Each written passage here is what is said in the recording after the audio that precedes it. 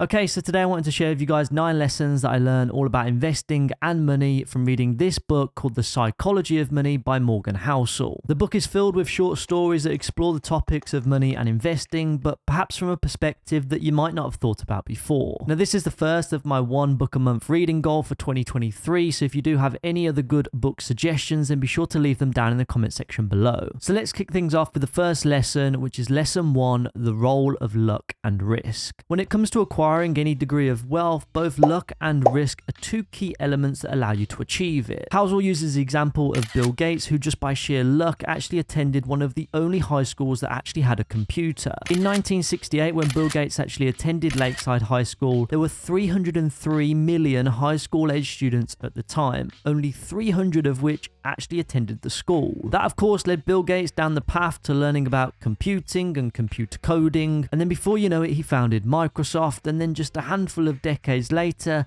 today sits on a net worth of $130 billion. Now, the odds of Bill Gates' life playing out like this were extremely unlikely. What if Bill Gates didn't go to Lakeside High School? Would his whole career and life path just took him on a completely different direction if he'd not even come across a computer in some of his most formative years? I guess we'll never know, but I think what we can conclude is that when you take risk with a bit of luck and certainly a lot of effort, that certainly equals wealth. Lesson number 2, getting wealthy versus staying wealthy. Robert Kiyosaki once said it's not how much money you make, but how much money you keep. And it's certainly true, right? Let's say you've got 2 individuals, you've got John and you've got Sally. Let's say John makes £100,000 a year, but lives a flashy lifestyle. He drives a nice car, he's got a big house, and he spends his whole £100,000 salary.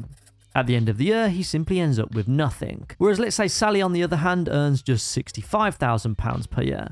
But she saves 10% of that money and then spends the rest. As a result, she has £6,500 in her bank account at the end of the year versus John, who has absolutely nothing. John might earn more, but Sally certainly keeps more. And because of that, Sally has a higher net worth than John does. Let's now take this one step further and say Sally actually invests her £6,500 per year into a stock market index tracker like the Vanguard VUSA S&P 500 ETF, which historically speaking has provided a rate of return of about 9% per year. In 10 years' time, whilst John still doesn't have a pot to piss in, Sally on the other hand actually has an investment portfolio value of £116,500.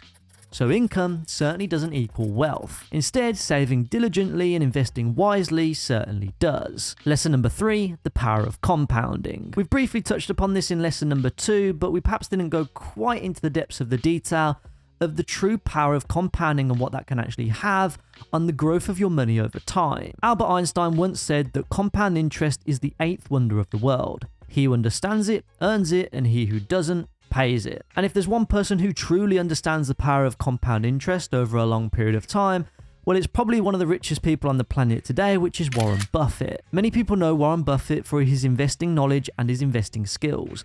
However, very few people actually realize that Warren Buffett's true secret to generating wealth is time. Back when this book was written in 2020, Warren Buffett actually had a net worth of $84.5 billion. And of that $84.5 billion, $84.2 billion was acquired after Warren Buffett's 50th birthday, which is like 99.9% of Warren Buffett's total net worth. But what's crazy to think about, just an additional 2 and a bit years on, Warren Buffett's net worth has actually grown to now $110 billion, which is a 30% increase. And that's why the power of compounding is so mentally hard to compute. Because our minds kind of think in a linear sort of fashion, we kind of just think about things in straight lines. Whereas this is the definition of exponential growth, which simply creates numbers that are simply unfathomable. Lesson number 4, when is enough enough? Question for you guys, can you ever have enough money? At which point in life can you sit back and say to yourself, truly, I've got this level of income and this makes me happy and therefore I don't need to go and strive to obtain any more. For some people out there, they'll never come to that recognition because you can never ever have enough money. I've recently just watched a Netflix series called Madoff, the Monster of Wall Street, who actually is an American fraudster who ran a Ponzi scheme back in the day, a few decades prior, and actually acquired over $65 billion, which inevitably landed him in prison. But what blows my mind is that Bernie Madoff actually, before he ran this big Ponzi scheme, actually had a perfectly legitimate, successful brokerage firm, which had already made him a sizable amount of wealth, simply in the pursuit to become the richest guy on Wall Street, driven out of absolutely pure greed, nothing more than that. and as a result, he defrauded people out of tens of billions of their hard-earned money. Now, whilst this, of course, is quite an extreme example, I think it's probably also important for us to also recognize when is enough enough. There was a study once done all the way back in 2010, which actually said that when you earn over $75,000, you actually don't become any happier, which adjusted for inflation today is about $106,000 per year. Now, everybody's different and everybody's number is different, but I think it's probably important to recognize what that kind of number looks like for you, because by chasing more wealth, it might not actually add any more to your life, because you actually might be sacrificing things that are probably more important, like time with friends and family. Lesson number 5, wealth is what you don't see. I think it's very easy for lots of people to be trapped in the mindset that in order to be rich, you need to look rich too. But as it says in the book, the world is filled with people who look modest but are actually extremely wealthy, and people who look like they're rich who live at the razor's edge of insolvency. It made me think about a meme of sorts that used to float around back in the day, probably on like Instagram or something, whereby there was an individual who was dressed up in designer outfits like a Gucci t-shirt and an expensive handbag or whatever it is, and that compared that to Mark Zuckerberg, who literally just walks around in probably like a $10 t-shirt and a pair of baggy shorts, which he probably just bought from Walmart. It's quite ironic to think that the person who had literally billions of dollars dressed like someone who probably has next to nothing. Housel says most people who say they want to be a millionaire typically just want to spend $1 million, which is the exact opposite of what a millionaire is. Because truth be told, those people who are actually truly wealthy actually have most of their money tied up in assets like real estate or stocks. There was once a person called Ronald Read whose life story actually is the epitome of this. He worked all of his life as a gas station attendant and a janitor, so he never really earned a huge amount of money. But he was very smart with the money that he did earn, because he actually invested that money into blue chip dividend paying stocks over a very long period of time. Now, at the time of Ronald Read's death, aged 92, he actually had share certificates in his bank deposit box that were nearly 5 inches thick and were valued close to $8 million. A man who lived of modest means but was truly wealthy behind closed doors. Lesson number 6, perspective is everything. In 2022, the US stock market dropped nearly 20%. It's the worst year since the financial crisis of 2008. And no doubt you will have heard people say, hold stocks for the long run, which, don't get me wrong, is absolutely great advice, but perhaps it's a little bit easier said than done when everything around you feels like it's collapsing. That's why the long-term perspective is absolutely everything. It allows you to very much focus on the bigger picture and not get too caught up in short-term market fluctuations. After all, the US stock market may have fell quite substantially last year, but actually in the past 10 years, it's up 250%.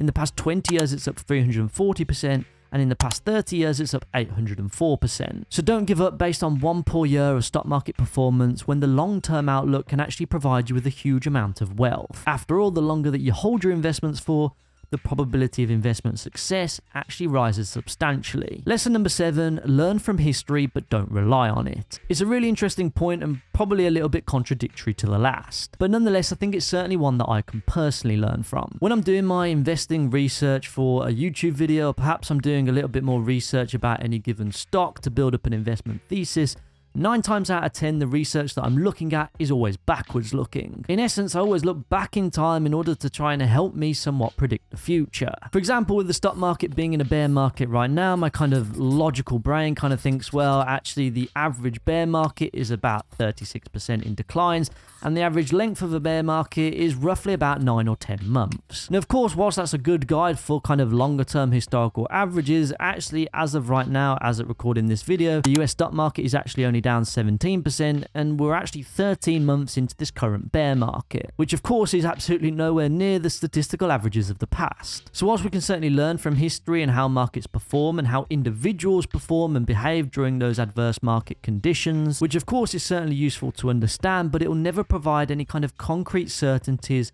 about what's going to happen today along with in the future too. Which is why I guess the old saying of historical performance isn't always indicative of future results is probably a very important quote that's probably overlooked by so many people. Lesson number 8 is always have room for error. You've probably all heard of the investing duo Warren Buffett and Charlie Munger, but what very few people know is that this duo was actually a trio back in the 60s and 70s, with that third person that nobody's ever heard of being called Rick Guerin. Now, the reason why you've never heard of Rick before is because he wanted to get rich quick. So much so that he leverages himself through the roof, and in the 1970s stock market crash, he actually had to sell all of his shares and actually sold his Berkshire Hathaway stock to Warren Buffett of all people for just $40 per share. Now get this right, Berkshire Hathaway's Class A stock right now currently trades at $484,792 per share. That's a 1.2 million% increase that Rick missed out on. And you only really have to take a scroll through the internet today to see this kind of same mentality in action, where people are leveraged up to their eyeballs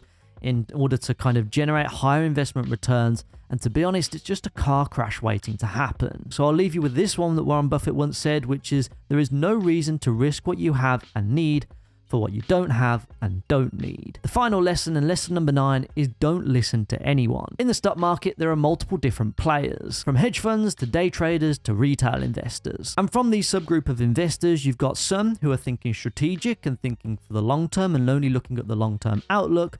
But you've also got those who are looking tactically and are only looking to capitalize on short-term market fluctuations. And these different groups of investors could have completely conflicting hopes and goals and targets about what the stock market is going to do on any given day. If you're a strategic investor like me who invests for the long term in order to generate wealth over the course of the long term, of course, I'm hoping that on every single day, the stock market continues to go up in value. Now, of course, whilst that's not necessarily realistic to have that expectation, at least on a daily basis, what you do certainly hope as a long-term investor is that over the course of the long term, the value of the stock market goes up in value. Whereas on the other hand, the tactician could be looking at short-term performance instead, looking to essentially capitalize from a given stock or just the stock market on the whole actually falling down in value. So always bear in mind that there will always be conflicting players playing within the stock market, some who agree with you and others who don't. But fundamentally, both can make money, so don't get distracted by a player that's not on the same team that you are. So they are the top 9 lessons from the book, The Psychology of Money. For me personally, I'd give this book a solid 4.5-star rating out of 5. I think it's certainly got some thought-provoking concepts about some timeless lessons that we can certainly look to apply in our own lives